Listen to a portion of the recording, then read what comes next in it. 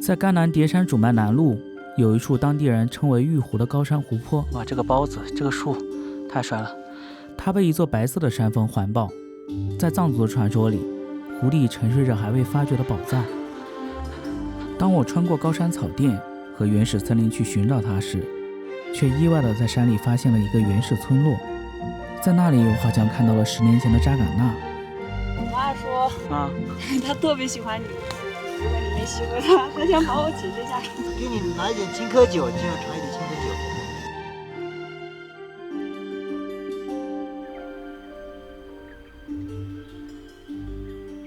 出发，再见达伊村。连下了估计得有5、6天雨，不知道山上路况怎么样，因为尤其那种非铺装路，万一泥巴比较多，一旦车轮上糊上泥巴，非常麻烦。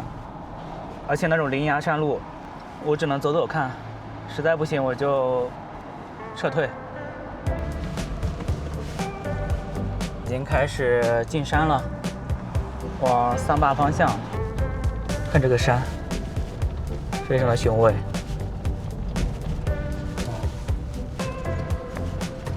哦，这边就是桑巴乡。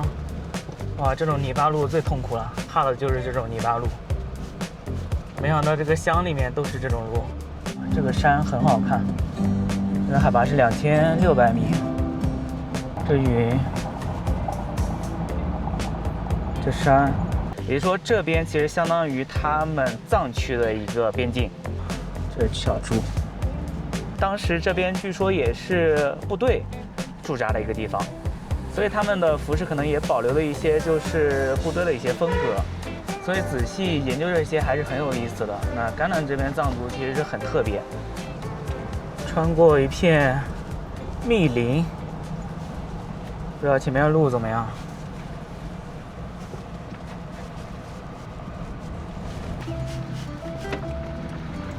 这小猪也太小了吧，一口一个。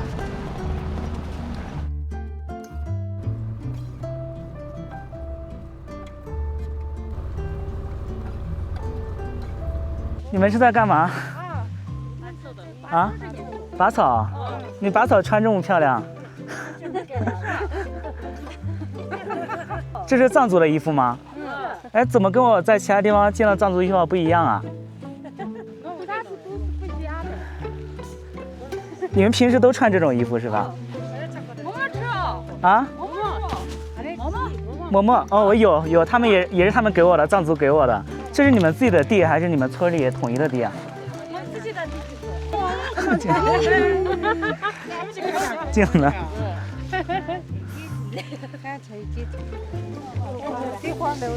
这个种的是什么呀？看，我以为你们在过节呢。我这要分不清草，把你们这个拔了怎么办？这个就是吧？我要缠一块。哎呦，没拔出来，那还有刺呢，感觉。也薅出来。看。我妈说她特别喜欢你，如果你没喜欢她，她想把我请这家。我就留在村里，彻底不走了。这个经幡，这边是班藏村，这种架子就很有甘南特色。妈呀，这个路也太窄了吧！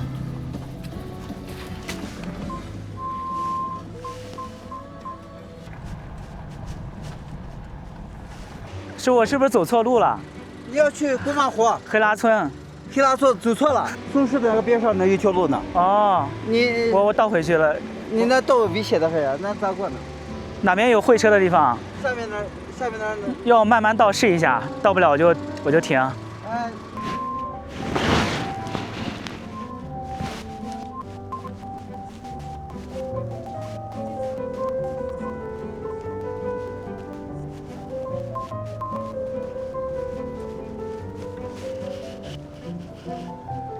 哦，这个可以，这个不够，它是草花。啊，这没问题。完全走错，我带你出去。往这边，打方向。这个地方打个掉头啊。好。再走。你倒，我给你看着，没事，你倒，慢慢来啊，倒一点，好，上。好，过来了。条路直接走就行了。啊，就沿着这条摩托过来的方向走。那边。过去右转弯啊。好，谢谢。好。因为走错了路，我在这个村口偶遇了蛋曾。在之后的日子里，我通过蛋曾的视角，爱上了这个村子。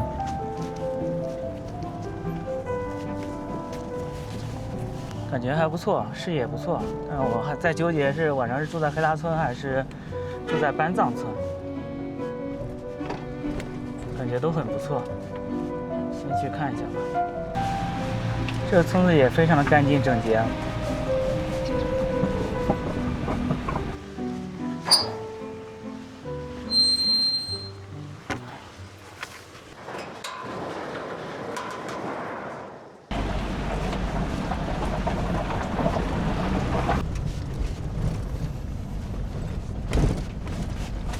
这个下雨真的确实是不好上的。不关大门罚款200。前面就是黑拉村，又是一个大门。坦克又没劲儿了啊！真的绝了！这样乌云很多，感觉要变天。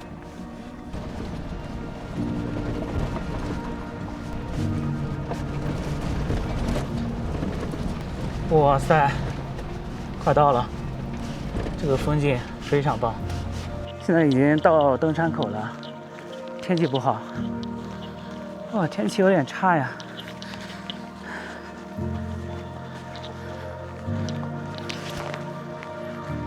现在开始徒步，这边车上不来了，那就只能徒步了。应该不远，只有1-2公里吧。不过现在重装，还要走的稍微快一点。这边天气不太好，可能会下雨。古麻山吗？这个是，不知道是不是叫古麻山。古麻湖在哪里？都怪你们2个。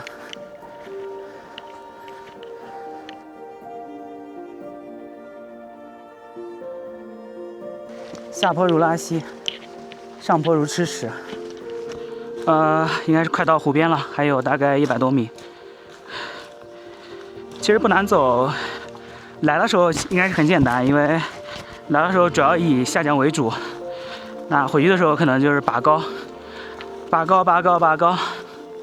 不过也还好，我从停车点走过来大约32分钟，背了大概30斤的设备。下坡是真的多，无敌多。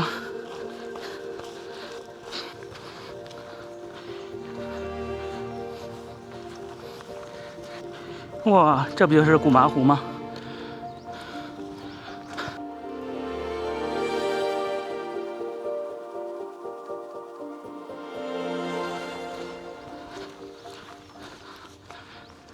你觉得这个风景值得一来吗？你说古麻湖美不美？美就么一声。你干什么？刚才我背对着你，你过来干什么？你要偷袭我是吧？好家伙，你们摇这么多人过来，没东西吃啊！去，没东西吃。这几只牛看我一个人，一直想觊觎我的相机，想啃我的相机，想掏我的包，我是不会给你们机会的。还有你在这边已经很久了。我们去一点，我要放这个，放无人机。对，往后再退一步，再退一步。说你呢？你怎么尿在湖里呢？你们很嚣张啊！哎，可不可以不要啃我相机？行不行？让你们都怕这个。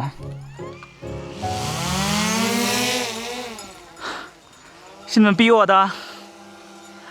古麻湖坐落在古麻山脚下，这座叠山的第2高峰是白龙江的支流桑坝河的源头。其实这湖水虽然谈不上晶莹剔透，但在原始森林和白色山体的映衬之下，似乎只有在倒影里才看清了周围的四季轮换。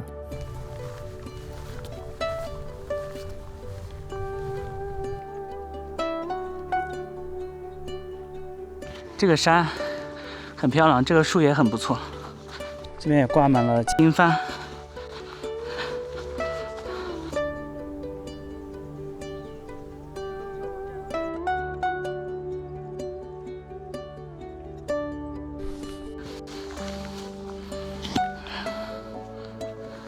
刚好路过这里，我觉得还是可以来一下。哇，这个包子，这个树太帅了。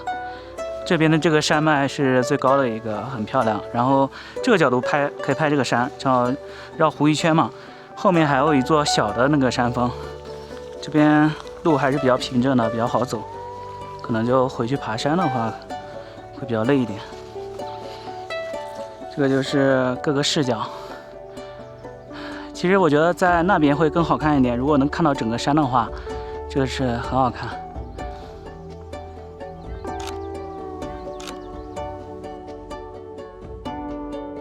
这边还有水，把鞋子和裤子都冲一下。哇，这水冰凉，不知道从哪里流下来的。哇，这段连续的爬坡真的是很累。哦，哇，哇，回来了！现在竟然还有一点冷呢。我觉得古麻湖的山顶草甸比湖边更美，尤其是在夕阳之下。不过如果没有下到谷底又返回山顶的经历，不知道还会不会有相同的感觉。现在海拔是3584米，我现在在这个草滩上，对面就是古麻山。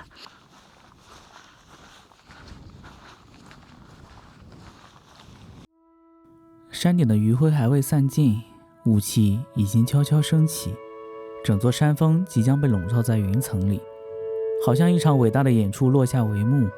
而此时，整个山顶的观众只有我一个人。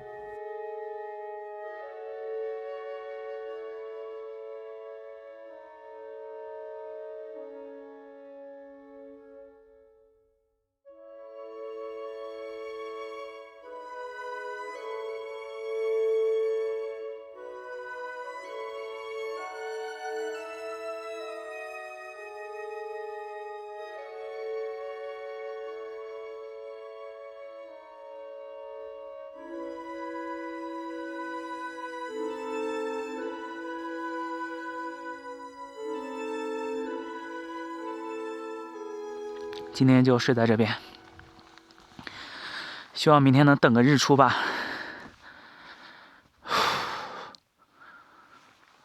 全是雾气，不知道明天怎么样。好安静啊，好喜欢。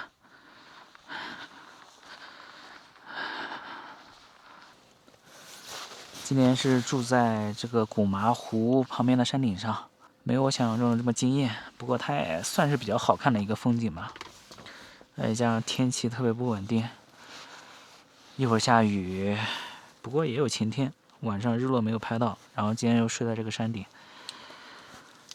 没有信号，只能早点休息了。明天早点起来，然后看能不能拍到日出。准备睡觉。下冰雹了，车顶被砸得嘣嘣响。昨天晚上先是下了冰雹，然后又下了暴雨，现在那个地全是泥巴，暂时下不去了，只能期待今天太阳出来，能把这个地晒一晒，稍微干一干，然后才能继续往下下。现在先在山上转一转吧。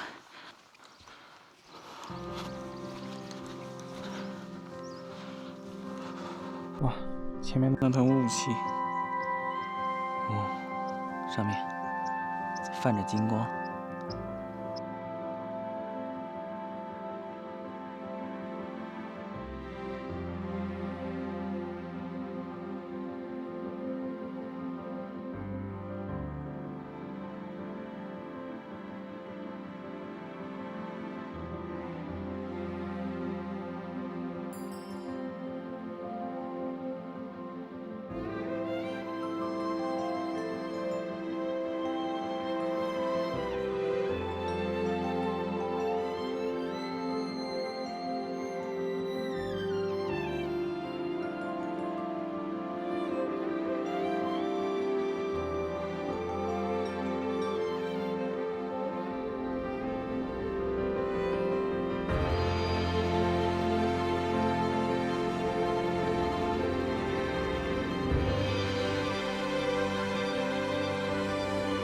那山渐渐露出来了，不过云雾还是很多。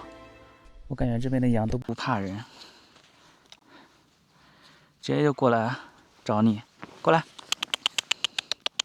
感觉这边更漂亮，那边草滩，那个草滩就是古麻湖。早晨这边其实挺舒服的，拍了一早上，现在饿了，准备下山去煮点东西吃。估计今天还是多云为主，它这个多云很离谱，是整个山都是雾气，而且非常潮湿，很奇怪，这边有一个个小的土堆，不知道为什么会出现。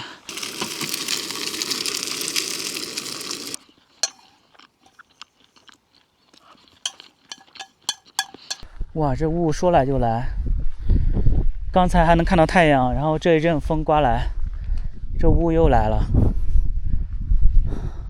啃我车。我现在准备离开了，然后上面也拍了不少了。那我现在准备先去黑拉村看一下。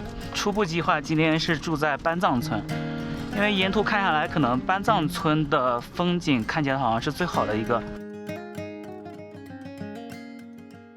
先下了冰雹，然后又下了大雨，持续了大概有1个小时左右。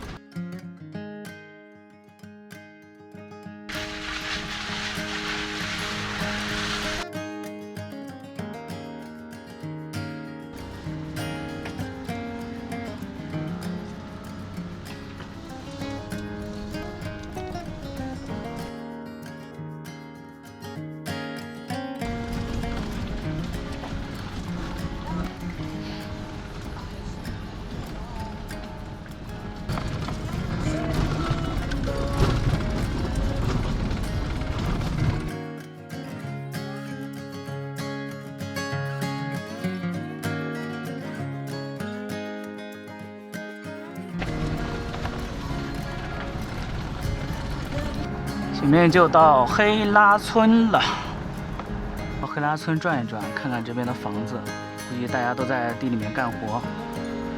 这就是黑拉村的视角，真的有种俯瞰众生的感觉。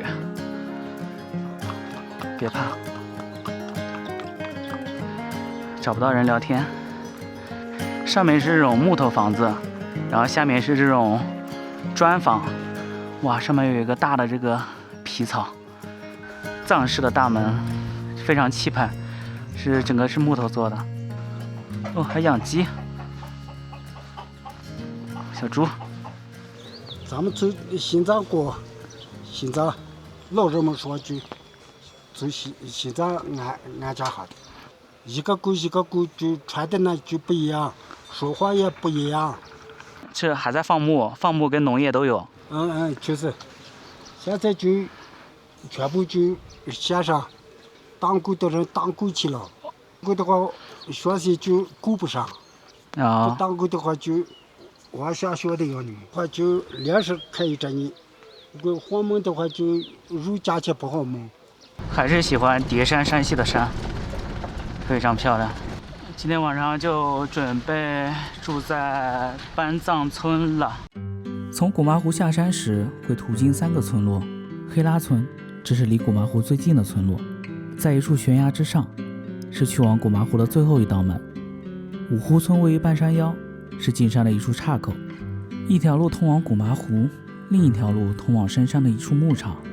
而班藏村是我这次甘南之行里待得最久的村子，它在一处宽阔台地上，是海拔最高的村子，所以在这里既可以看到群山，也可以俯瞰其他村落。你们家房子也很漂亮。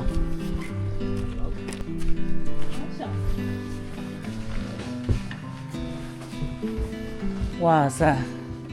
哦，你们家，哇，这个晒得高高的，猫真的是完全够不到。它全是这种泥巴墙。泥巴墙，这个都是冬暖夏凉。卧室也是，就外面还是石头嘛，砖嘛。都是那个泥巴。哦，它中间还空了一。以前再说这个窗户弄小，然后边上都是泥巴，也是防火用的。大房子着火这边着不了，因为都是你看直接隔着泥巴的。哇，以前草都是房顶上放的，那个特别危险，又没地方放。我跟蛋增一起来把村子里逛一逛。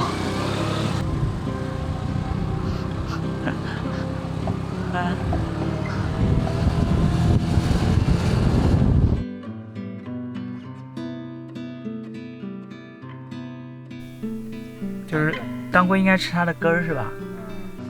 哦，这边是党参。哦，党参原来是长这样，植物种类挺多的，大豆、小豆、党参、当归。以前的话，这些都这不成熟，现在气候可是越来越高了，越来越热了，然后这边都长得成熟。班藏村这个村子是不是最大的一个？不是，下面那村子大。西拉村、乌湖村、甘藏村这几个村子差不多吧。这比扎尕那美啊！起码新鲜的好吃嘛。这不是一摸一下就很疼吗？那种？就是它煮一下就。用水烫一下它就。这一个人就是为了逃票嘛。今天你去到没票嘛？嗯。那时候一个人要10块钱的垃圾费。嗯。他们3个开车过来以后，下面村子那个地方收垃圾费，他们说到上面给了。到了上面就是没到顶上哦，下面那不是有个停车场了？那个地方他们车停到那个地方，他们看上面人多呗，上去了还要交10块钱，3个人就没交钱，从那个林里面穿过去了，这3个人失踪了。哦，2个人就是找到了，一个人就是晚上没找到。那怎么办？那1、2点钟就是这村子里面，村委会的这村长们全部组织就去找嘛，没找到，第2天才出来了，自己还就是拿个手机就是拍照，那个地方可能没信号的。对，你得让他付那个搜救费，不能让他走。那天我跟班藏的村民们一直聊到日落，入夜之后，这次小小的山顶聚会也到了最热烈的时刻。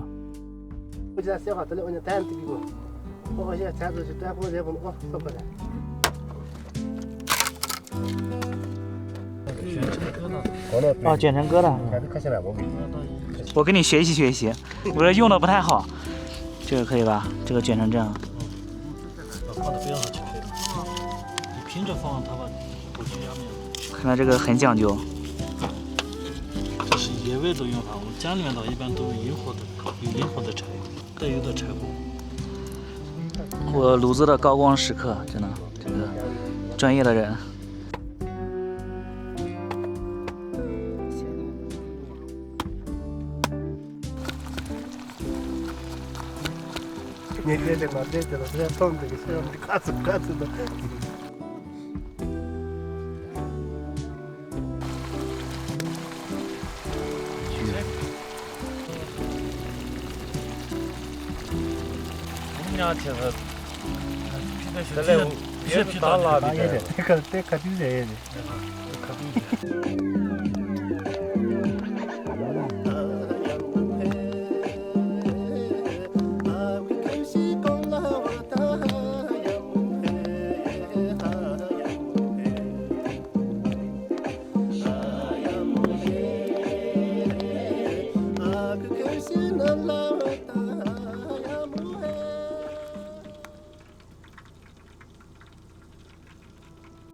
在班藏村的那些日子里，我一直住在山崖边的一处平台上。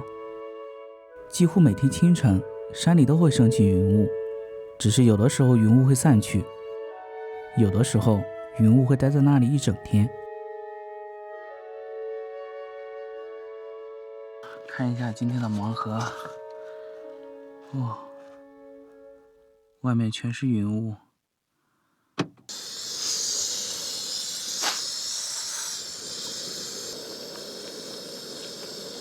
这个猪肯定很香，说完就跑了。哇，这个真的很像10年前的扎尕那，一切都值了。时值7月，虽然云雾每天都不会缺席，但在云开雾散的短暂时光里，班藏村的村民们也陆续开始了1年1度的浪山活动。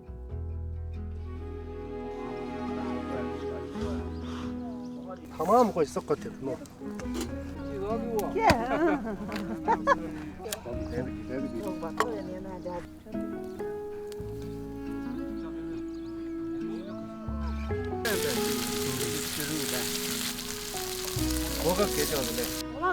对啊。用来炸哈那个里面加好了，有点不一样吧？这个香啊，味道不一样吧？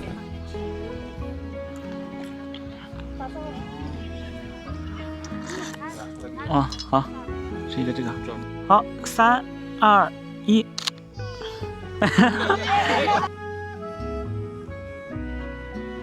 除了每天固定的独自发呆和在村里吃吃喝喝之外，我几乎转遍了周围的山地和牧场。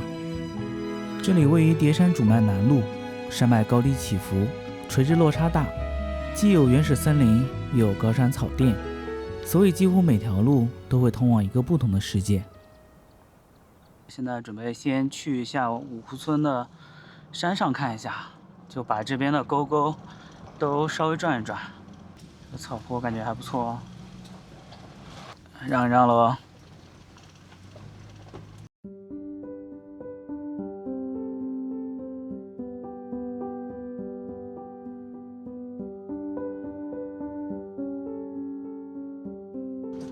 这个视野很棒，看前面能看到哪里，看到不能开为止吧。哇，下面还有很深啊。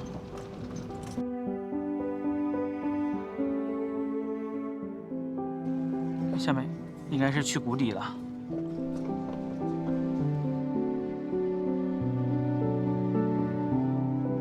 后面基本上就全是碎石了。哇，现在真的是已经到了这个密林里面，大家可以再走一段。哇，这些高大的树木，山峰，哇，小松鼠。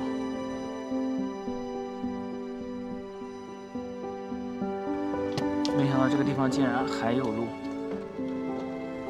哇，还可以往下，开得我心慌啊！这边应该快到头了，这边，哇，然后那边是接着上山，这条路不知道通向哪里，但是还有电线，但是电线已经断掉了。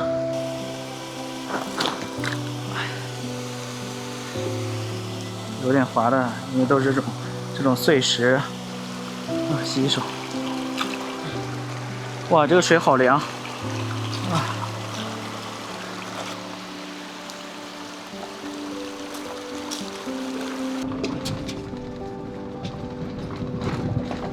这路其实并不难开，但是如果一旦下雨，这个路变得湿滑泥泞的话，那就比较麻烦。当你的轮胎包裹上泥巴，其实就是在高海拔的地方有一层云，但是村子那里好像还是能见度比较高的。哦，雨开始下大了，赶紧走。在山里这种小三轮最爽的。就特别好开。除了古麻湖边的古麻山之外，在班藏村的北侧，还有一个当地人心中的神山莫老。往山顶草场走，这个路有点窄，还是要小心一点。哇，这个很像祁连山里面那个嘉措他们河西的东牧场那条路。这条陡峭的山路是当地的墓道，原本修建时就是给牛羊和牧民的摩托准备的。所以能不能开上去，我跟胖菊心里都没底。你好，前面能到山顶吗？可以，你慢慢走嘛。慢慢走可以是吧？你这能开到，基本上能开到山顶。因为整个山体像一尊对天祈祷的神像，所以取名为莫老，在藏语里是祈祷的意思。莫老也自然成为当地村民祈福许愿的地方。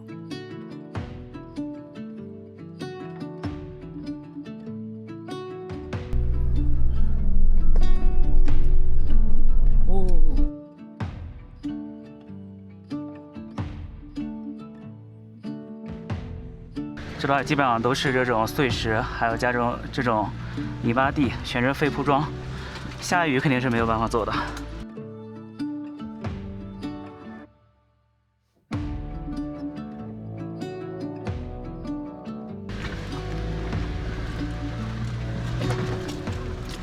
滑了一下啊。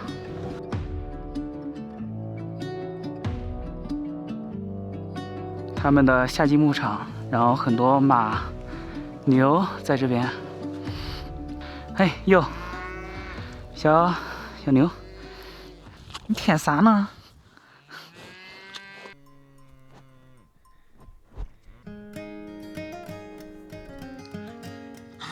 像是骡子啊，这是骡子还是马？还有匹小马。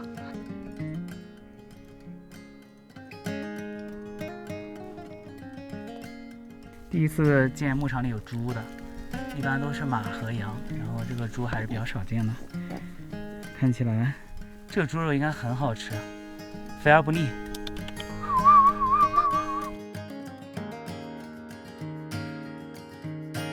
这个山叫什么山呀？山上好像有个洞是吧？你们下去的话，那看见着那去的话，我们拉哈子机翻，那里面去的话水域。哦，你们都配了望远镜。正看到那儿有金帆了，那个山上看见那个金帆了。深山，人家孩子们有的话，你那儿去白活，其实白去。晴天的话，据说这个山，整个山是这种白色的，很漂亮。今天阴天，最近这些地方，这块地方基本上都是阴天。下面那个山露出来了。在很多年以前，班藏村的村民以放牧为主，而这里有限的草场已经难以承载日益增长的畜群。小牛，牛，这个山上面能飞吗？可以，但是我刚才飞了全是雾，飞上去之后啥都看不见。这上面有个湖，你说是不是真的是？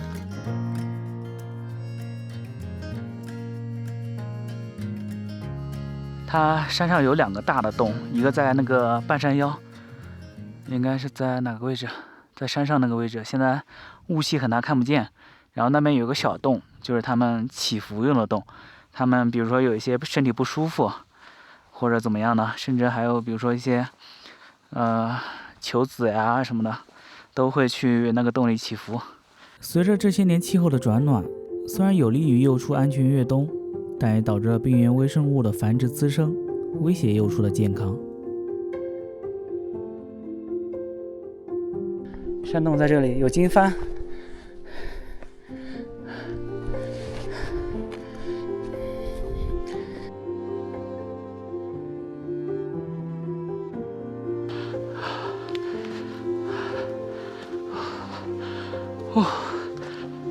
哇！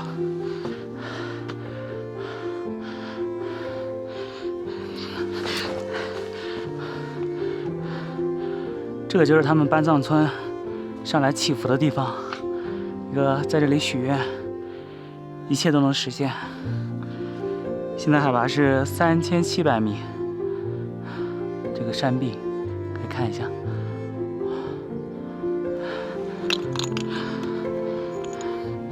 垒上，准备下山了。现在马都要拴上了，然后牧民要下山回家，把马蹄一对一对的拴在一起。下山去停车点，带2只小牛回家。哇，终于到停车点了。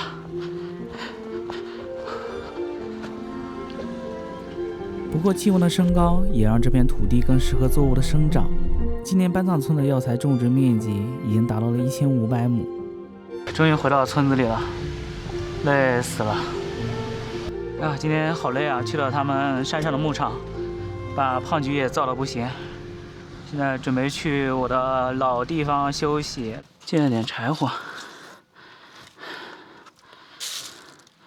啊！磨刀不误砍柴工，这柴感觉很硬。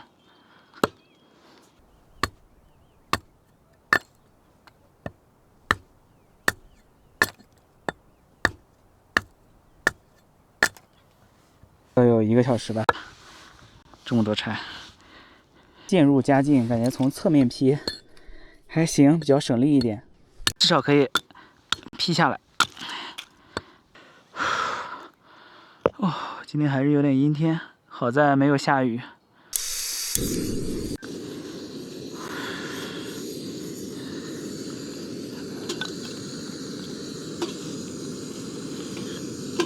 哦，专家来救我了，我光劈柴就劈半天了。你考我，我是你3遍3遍。给你拿一点青稞酒，今晚尝一点青稞酒，好不好？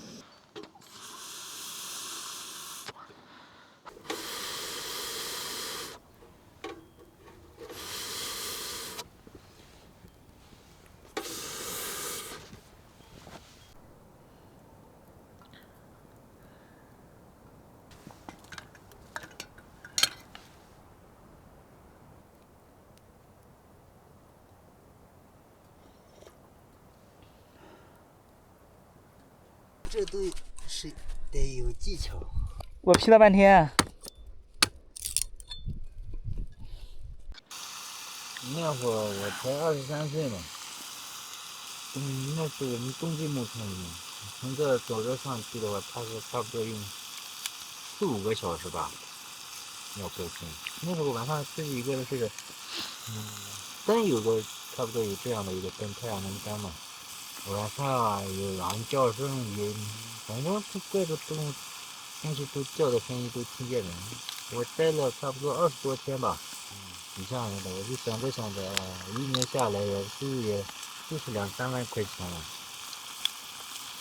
价格也不怎么好，也卖个牛也很不方便，要叫好几个人才去帮忙。所以就现在也不放了，不养了。反正以前放牧肯定是还没有种地赚得多。哎，对，说不定有的时候赔呢。还会赔。羊倒是不怎么麻烦，那个卖不出去价格那个。对，就是自己把别人手上买的话，你要给1000左右嘛。把自己的大羊就是羊群卖个20、30头、30只的话，就是平均下来一只只能卖个7、800，那以上就卖不出去。对。然后养的越来越多，越来越多就更卖不出去，死的越来越多。哦。羊这个东西，就一旦得了病，一群一群的死。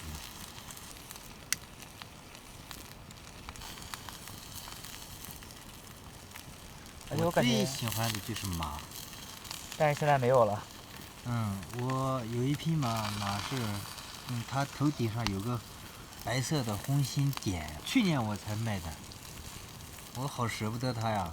它是我从小培养的大的，从它估计1岁多我就买下来了，5500，那时候5500我是给别人欠的，我爸那时候不同意我买马。但是我去那个马也是从黑拉村买的，有个人卖，然后我去那天没事，我骑着摩托车去看看，我特别看中了那匹马，然后我说我去他们家谈谈，人家就把我认出来了，你是他们家的儿子是不是？就是说了是，他说咱们是亲戚关系，对，后面我就慢慢说，你这个马我特别喜欢，他说。你可能教训不了这个马特别严，像一条野马一样的。我倒没事的，那个我慢慢锻炼。我把当归卖了之后给你付钱，行不行？说了，欠的话他说5500，到年底还可以。你要去当场就买的话就是5000块钱，就给我这么讲。但我说可以，然后我就那天牵着回来了。然后我爸笑着说：“你给别人，你身上没钱，你是咋弄出来的？”我说：“我给打了欠条，把当归卖出去了之后再给别人还钱。”那个马去年算起来25年嘛，8、9岁了。那时候没有能力赚那么多钱，挣钱的人就我一个人。那时候去打工也一个月能。工资好的话，就是能挣个1个月能挣个2300左右吧。加提成啊那些，当个服务员，只能当个服务员。后面我去工地干了，2个月多，一天是120，3600。我好像在那儿干了3个月多。回来的时候拿了1万块钱。当归苗嘛，我去到地形。